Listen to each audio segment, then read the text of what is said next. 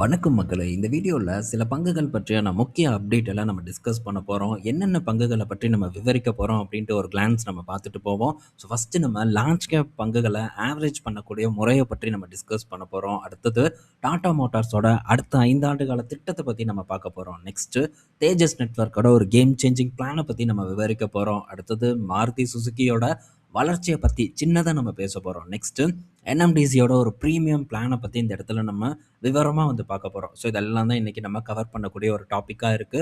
ஒன்னொன்னா நம்ம பார்ப்போம். நேத்து ஒரு கமெண்ட் நான் பார்த்தேன். அதனால தான் இந்த விஷயத்த எடுத்துட்டு வந்திருக்கேன். நான் இனிமேல் டிசிஎஸ் அண்ட் ஐடிசி போன்ற பங்குகள் எல்லாம் ஆவரேஜே பண்ண போறது கிடையாது. அடுத்தது அது என்னைக்கு ஒரு 20% ஏறுதோ அதுக்கப்புறம் தான் நான் அந்த பங்குகள்ல மேற்கொண்டு முதலீடு பண்ண போறேன் அப்படிங்கிற ஒரு கருத்தை நான் பார்த்திருந்தேன். இத பற்றி நம்ம டிஸ்கஸ் பண்ணலாம் அப்படின்ட்டு நான் எடுத்துட்டு வந்திருக்கேன். என்ன இப்போ இந்த இடத்துல ப்ராப்ளம் போகுதுன்னா, ஸோ இறங்கும்போது வாங்குறதுக்கான ஒரு கன்விக்ஷன் இல்ல அப்படிங்கிறது நமக்கு கிளியர் கட்டா தெரிய வருது இந்த கருத்தின் மூலியமா. அதே நேரத்துல ஏறுனா தான் நான் வாங்குவேன் அப்படிங்கிற ஒரு மனமும் பார்த்தீங்கன்னா, அவங்களுக்கு இருக்கிறதாவும் நான் ஃபீல் பண்றேன். ஏறும்போது ஒரு கான்ஃபிடென்ட் கிடைக்குது. இறங்கும்போது வாங்குறதுக்கான மனம் இல்ல. ஏன்? தொடர்ந்து பார்த்தீங்கன்னா, அந்த பங்குகள் கீழ இறங்கிட்டே இருக்கு. இதுதான் ஒரு மெயின் ரீசனா இருக்கு. இத பற்றி நம்ம வருடக்கணக்கில் தொடர்ந்து டிஸ்கஸ் பண்ணாலுமே கூட, பலரும் இந்த இடத்துல லேக் ஆயிட்டு இருக்காங்க அப்படின்ட்டு எனக்கு இந்த கருத்தின் மூலியமா தெள்ளத் தெளிவா புரிய வருது. தொடர்ந்து பங்குகளும் பார்த்தீங்கன்னா இறங்கிட்டு இருக்கு. உதாரணத்துக்கு நம்ம இந்த ஐடிசிய கூட எடுத்துக்குவோம். டிசிஎஸ்ஸையும் நம்ம எடுத்துக்கலாம். எல்லாமே பீக்ல இருந்து கிட்டத்தட்ட 50% வரைக்கான சரிவ குடுத்திருக்கு. இன்னைக்கு ரெக்கவர் வந்துரும், நாளைக்கு ரெக்கவர் வந்துரும் அப்படின்ட்டு இன்வெஸ்டர் ரொம்ப அவசரப்படுறாங்க. பட் ஷேர் மார்க்கெட் அவசரப்படக்கூடிய ஒரு களம் இல்ல அப்படிங்கிறத நம்ம கண்டிப்பா புரிஞ்சுக்கணும். இதுக்கு முன்னாடி ஒரு 5 இயர்ஸ் எப்படி இருந்தது அப்படின்னு பார்த்தா, என்னதான் ஒரு சின்ன சறுக்கல் ஏற்பட்டாலும் கூட, திரும்ப ஒரு ரெக்கவர குடுத்துரும். அப்போ ஆவரேஜ் பண்ணி பலரும் வெற்றி பெற்றுட்டு வந்துட்டு இருந்தாங்க. எந்த பங்குல ஆவரேஜ் பண்ணாலும் நமக்கு வெற்றி உறுதி அப்படிங்கிற ஒரு களம் இருந்தது. இப்போ அந்த களம் டோட்டலா மாறிடுச்சு. ஆவரேஜ் பண்ணிக்கிட்டே இருக்கிறதுனால ஃப்ரஸ்ட்ரேஷன் தான் ஆகுதே தவிர, வெற்றி கிடைக்க மாட்டேங்குது. இதுதான் அந்த நண்பரோட கருத்தா இருக்கு. ஆவரேஜ் பண்ணி எனக்கு மண்டை வலிக்குதுப்பா அப்படின்ட்டு பல இன்வெஸ்டர் டெஃபினட்டா இருப்பாங்க. இத பற்றி நம்ம திரும்ப பேசுவோம். ஆவரேஜ் பண்றது அப்படிங்கிறதே ஒரு தவறான ஒரு வழி தான். நம்ம ஆவரேஜ பற்றி பெருசா எங்கேயுமே டிஸ்கஸ் பண்ணதே கிடையாது. ஏன்னா, ஆவரேஜ் பண்றது மூலியமா நம்ம கையில இருக்கக்கூடிய கேஷ் ரிசர்வ் காணாம போயிரும். சீக்கிரமா அந்த கேஷ் ரிசர்வ் தீர்ந்து போயிரும். அதுக்கப்புறம் மேற்கொண்டு நம்ம பங்குகள்ல முதலீடு பண்றதுக்கான பணம் நமக்கு இருக்காது. அடுத்து புதுசா ஒரு ஆப்பர்ச்சுனிட்டி வந்ததுன்னா, அதையும் நம்மளால கேப்சர் பண்ண முடியாது.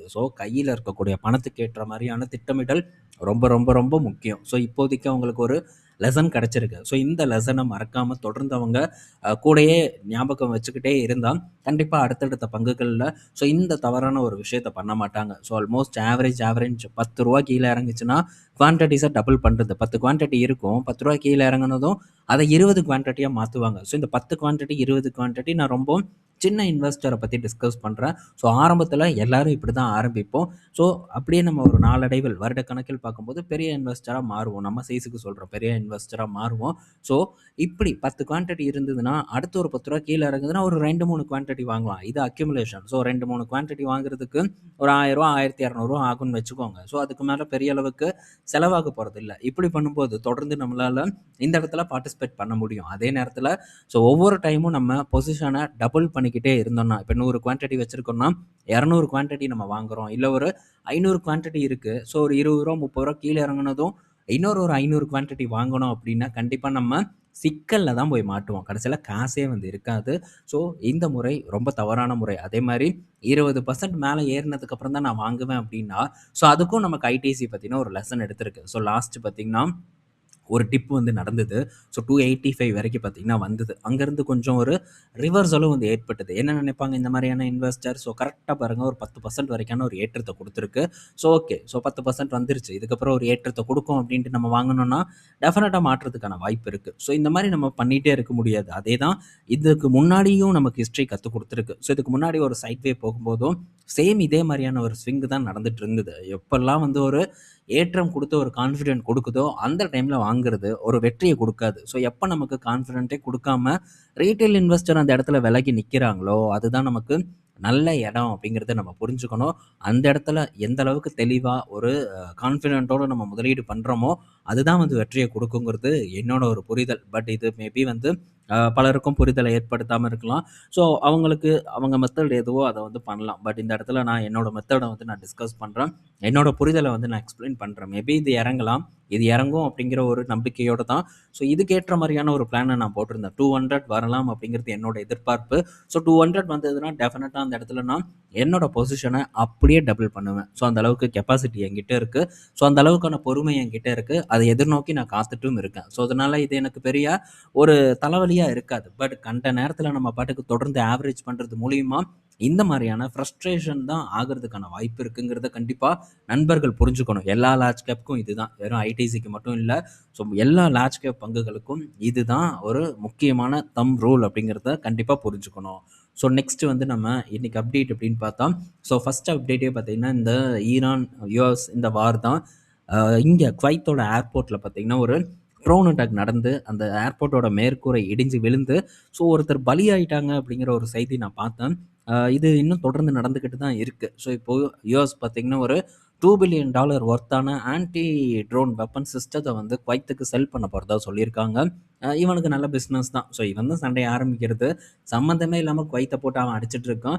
ஸோ இப்போ இவங்களுக்கு வந்து வெப்பன வித்து அமெரிக்கா நல்ல கல்லா கட்டி லாபம் பண்ணிட்டு வந்துட்டு இருக்காங்கிறது நமக்கு தெளிவா வந்து தெரியுது.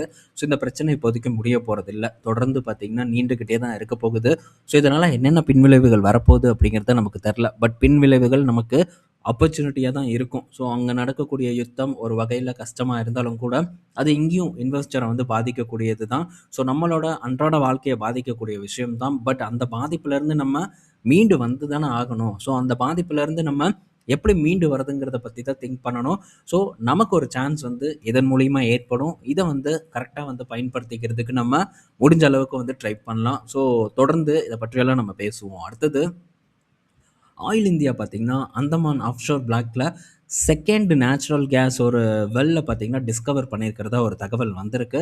ஸோ இனி அதன் மூலியமாவும் பார்த்தீங்கன்னா, புரொடக்ஷன் இவங்க ஸ்டார்ட் பண்ண போறாங்க. ஸோ இது ஆயில் இந்தியாவ பொறுத்தவரைக்கும் ஒரு நல்ல செய்தி. ஸோ ஆயில் இந்தியாவோட லாஸ்ட் குவார்ட்டர் ரிசல்ட் நல்லா தான் இருந்தது. ஆயில் இந்தியால எந்த ஒரு சான்ஸும் இல்ல அப்படிங்கிறதும் நம்ம பலமுறை பேசியிருக்கோம். இப்பவும் அதே தான். பட் தொடர்ந்து பார்த்தீங்கன்னா, ஸோ இந்த நேச்சுரல் கேஸ் ஃபெசிலிட்டியா இருக்கட்டும், இல்ல ஆயில் ஆயிலோட வெல்லா இருக்கட்டும், ஸோ இது தொடர்ந்து பார்த்தீங்கன்னா, இவங்க அதிகரிச்சுட்டே தான் போயிட்டுருக்காங்க. ஸோ இதனால கணிசமா புரொடக்ஷனும் பார்த்தீங்கன்னா, ஆயில் இந்தியாவுக்கு நடந்துட்டு வந்துட்டுருக்கு. ஸோ இது நல்ல செய்தி ஒரு வகையில நம்ம பார்க்கும்போது. ஸோ நெக்ஸ்ட்டு தேஜஸ் நெட்வொர்க் கிட்ட இருந்து அப்டேட்டு. ஸோ தேஜஸ் நெட்வொர்க் பார்த்தீங்கன்னா, இப்போ டேட்டா சென்டர் செக்மெண்ட்ல வந்து என்டர் ஆகுறாங்க. ஸோ ரீசென்ட்டா தேஜஸ் நெட்வொர்க் பார்த்தீங்கன்னா, கிட்டத்தட்ட ஒரு ரூ. 300 வரைக்கும் கீழ இறங்குச்சு. 300 கட் பண்ணுச்சுன்னு நெனைக்கிறேன். ஸோ அங்கருந்து இப்போ அரவுண்ட் ஒரு 500க்கு மேல ட்ரேட் ஆயிட்டு இருக்கு இந்த தேஜஸ் நெட்வொர்க். இப்ப என்ன செய்தினா, ஸோ இந்த தேஜஸ் நெட்வொர்க்க பொறுத்தவரைக்கும் டேட்டா சென்டர் 5G எக்யூப்மெண்ட்ட வந்து ரெடி பண்ண போறதா ஒரு தகவல் வந்து குடுத்துருக்காங்க. ஸோ அந்த செக்மெண்ட்குள்ள என்டர் ஆக போறாங்க அப்படிங்கிற மாரியான ஒரு செய்தி வந்திருக்கு. ஸோ இதன் மூலியமா தேஜஸ் நெட்வொர்க் ஒரு நல்ல வருமானம் வருங்கிற எதிர்பார்ப்பு சந்தையில வந்து இருக்கு. ஸோ இதனால பங்கும் பார்த்தீங்கன்னா, ஸோ ரீசென்ட்டா ஒரு நல்ல வால்யூம் இங்க பில்ட் ஆயிருக்கு. பங்கும் ஒரு ஏற்றத்த குடுத்து இப்ப தொடர்ந்து பார்த்தீங்கன்னா, ஏறுமுகமா வந்துட்டுருக்கு. பட் இருந்தாலும் இந்த இடத்துல எனக்கு வந்து பெரிய உடன்பாடு இல்ல. ஸோ அதனால இந்த பக்கம் நான் போமாட்டேன். பட் ஏறதுக்கான பொட்டன்ஷியல் இருக்குன்னு நான் நெனைக்கிறேன். ஆனா இத உங்க சைட்ல நீங்க செக் பண்ணி பாருங்க. ஸோ செக் பண்ணி பார்த்துட்டு, ஒரு நல்ல அனாலிசிஸ் பண்ணி பார்த்துட்டு, அதுக்கப்புறமா உங்க முடிவு எடுங்க. பட் இது பின்னாடி நான் போறதில்ல.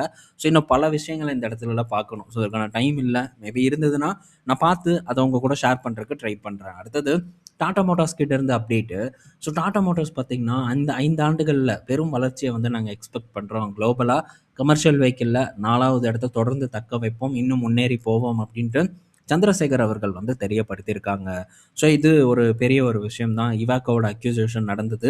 ஸோ இதன் மூலியமா தான் அவங்க நம்பர் 4 இடத்துக்கு போயிருக்காங்க. ஸோ தொடர்ந்து நாங்க குளோபலா ஒரு பெரிய ஒரு நிறுவனமா மாறுவோம். ஸோ குளோபலா பெரிய அளவுக்கு கான்சன்ட்ரேஷன செலுத்துவோம் அப்படின்ட்டும் டாடா மோட்டார்ஸ் கிட்ட இருந்து அப்டேட் வந்திருக்கு. ஸோ ஒரு நல்ல பாசிட்டிவான ஒரு விஷயம் தான் டாடா மோட்டார்ஸ் பார்த்தீங்கன்னா குடுத்துருக்காங்க. ஸோ சொல்றத செய்றாங்களாங்கிறத பொறுத்திருந்து பார்ப்போம். பட் கமர்ஷியல்ல ரொம்பவே ஸ்ட்ராங்கா இருக்கக்கூடிய நிறுவனம். குறிப்பா மிடில் ஈஸ்ட் இந்த மாரியான ஏரியால நல்லா பெர்ஃபார்ம் பண்றாங்க. இப்ப இந்த இவாக்காவோட அக்யூசிஷன் மூலியமா ஸோ யூரோப்லயும் பார்த்தீங்கன்னா பெரிய கான்சன்ட்ரேட் பண்றாங்க. பட் இவாக்காவோட அங்க பெர்ஃபார்மன்ஸ் கொஞ்சம் சாஞ்சிருந்தாலும் கூட, ஃபியூச்சர்ல மேபி அது திரும்ப எழுந்து நிற்கலாம் அப்படின்னு நான் எதிர்பார்க்கிறேன். So Tata motor commercial vehicle ஷேரும் இப்போ கொஞ்சம் சரிவ வந்து சந்திச்சுட்டு இருக்கு. வெறும் இது மட்டும் இல்ல. நம்ம இது பார்த்தோம். எது இந்த அசோக் லேலண்ட் அவனும் பார்த்தீங்கன்னா சரிஞ்சுட்டு தான் வந்துட்டு இருக்கான். ஸோ ரூ. 500 இருந்தது இப்போ ரூ. 369 கிட்ட பார்த்தீங்கன்னா ட்ரேட் ஆயிட்டு இருக்கு. ஸோ தொடர்ந்து பார்த்தீங்கன்னா கரெக்ஷன் இந்த டாடா மோட்டார் கமர்ஷியலில் நடந்துட்டு இருக்கு. இதே நேரத்தில் அந்த side Tata motor passenger vehicle ஒரு ரூ. 100 கிட்ட ஏறி இருக்கு. ஸோ இப்படி தான் ரீபேலன்ஸ் ஆயிட்டு இருக்கு. பட் கமர்ஷியல் மேபி திரும்ப ஒரு நல்ல சரிவை கொடுத்தது, ஒரு நல்ல இடத்துக்கு வருது அப்படின்னா நம்ம அந்த டைமில் இதை செக் பண்ணலாம். இதில் ஏதாவது சான்ஸ் இருக்கா அப்படி என்ன ஏதுன்ட்டு. அடுத்தது ஸோ மாருதி சுசுகி கிட்ட இருந்து அப்டேட் வந்திருக்கு. மாருதி சுசுகியோட மார்க்கெட் ஷேர் பார்த்தீங்கன்னா, இயர் ஆன் இயர்ல 4% வந்து உயர்ந்திருக்கு. ஸோ இவங்க சேல்ஸ் எப்படி பண்ணியிருக்காங்கன்னு நம்ம பார்த்துருக்கோம். ஸோ டாப் 25ல இவங்களுடைய வாகனங்கள் எத்தனை இடம் பெற்றிருக்கு அப்படிங்கிறத நம்ம பார்த்துருக்கோம். ஸோ ஆர்டிக்கல் வடிவத்திலையும் நம்ம பார்த்தோம், வீடியோஸ்லையும் இதை பற்றி டிஸ்கஸ் பண்ணோம். ஸோ இப்போ அவங்களுடைய மார்க்கெட் ஷேர் திரும்ப பார்த்தீங்கன்னா 40% தாண்டிருச்சு. 4% உயர்ந்து 43.1% இருக்கு. 38% கிட்ட இருந்தது. 38 பாயிண்ட் சம்திங்ல இருந்தது. இப்போ 43.1% மாறி இருக்கிறது மாருதி சுசுகிக்கு ஒரு பாசிட்டிவ் நியூஸ் அப்படின்னே நம்ம வந்து சொல்லலாம்.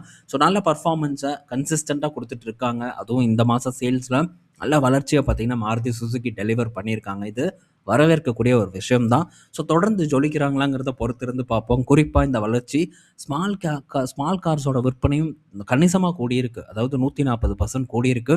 இது முக்கியமான ஒன்று. அதே நேரத்தில் எஸ்யூவி சேல்ஸும் தொடர்ந்து பீக்கு தொட்டுட்டு இருக்கு. அந்த ஹேட்ச்பேக்கோட சேல்ஸும் நல்லா இருக்கு. ஆக மொத்தத்தில் ஒட்டு மொத்தமாக இவங்களுடைய பர்ஃபார்மன்ஸ் பார்த்தீங்கன்னா சூப்பர் டூப்பராக இருந்த ரீசன்னால அகைன் மார்க்கெட் ஷேரை இது பண்ணியிருக்காங்க. ஸோ இன்னும் புது வெஹிக்கிள்ஸ் வந்து இந்த வருடம் நிறையா லான்ச் பண்ணுறதுக்கான சான்சஸ் இருக்குது. ஃபேஸ் லிஃப்ட் எல்லாம் வரப்போகுது. இது இன்னும் கொஞ்சம் வந்து பூஸ்ட் பண்ணும் அப்படின்ட்டு நம்ம எதிர்பார்க்கலாம் மாருதி சுசுகியை பொறுத்த வரைக்கும். அடுத்தது என்எம்டிசி கிட்ட இருந்து ஒரு அப்டேட்டு. ஸோ என்எம்டிசி பார்த்தீங்கன்னா இப்போ வரைக்கும் ஸோ நார்மல் அயன் ஓர் வந்து குளோபலாக எக்ஸ்போர்ட் பண்ணிட்டுருக்காங்க. பட் இப்போ பிராண்டட் அயன் ஓருக்கு வந்து ஷிஃப்ட் ஆக போகிறதா சொல்கிறாங்க. ஸோ இதன் மூலிமா ஒரு நல்ல ப்ரீமியம் ப்ரைஸிங்கை வந்து எதிர்பார்க்க முடியும் அப்படின்ட்டு சொல்கிறாங்க.